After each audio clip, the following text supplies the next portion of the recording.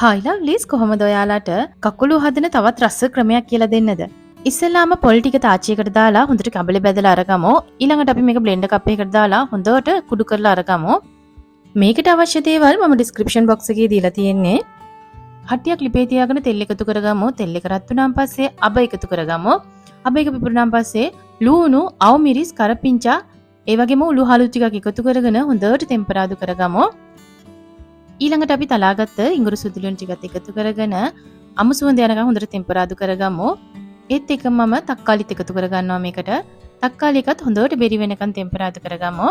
කහ ලුණු දාලා හොදගත්ත කකුලුව ටික ඊළඟට එකතු කරගෙන අවශ්‍ය ප්‍රමාණයට ලුණුත් එකතු කරගෙන හොඳට කලවම් කරගමු. ඊළඟට අපි මේකට මිරිස් කුඩු, කොත්තමල්ලි කුඩු, සූදුරු කුඩු, ගම්මිරිස් කුඩුත් එකතු කරගන්නවා. දැන් අපි හොදි අවශ්‍ය ප්‍රමාණයට වතුර එකතු කරගෙන මූඩියකින් වහලා හොඳට තැම්බෙන්න මේක තියමු. එකතු කරගත්ත වතුර එක බාගෙට හිඳීගෙන එද්දී අපි කුඩු කරගත්ත පොල් ටික එකතු කරගමු මේකට. දැන් ඒ ටිකත් හොඳට කලවම් කරගමු. ඒ ටිකත් හොඳට කලවම් කරලා ටිකක් උයාගමු. ඊළඟට අපි උකු පොල් කිරි එකතු කරලා විනාඩි 2-3ක් විතර හොඳට උයාගමු. දැන් ලිප් ඔෆ් කරලා අපි මේකට දෙහියුෂ එකතු කරගමු. ඔන්න අපේ රසම රස කකුලුව කරි එක ලෑස්ති. කකුලුව ගත්ත වෙලාවකට ඔයාලා මෙහෙම try කරලා බලන්න.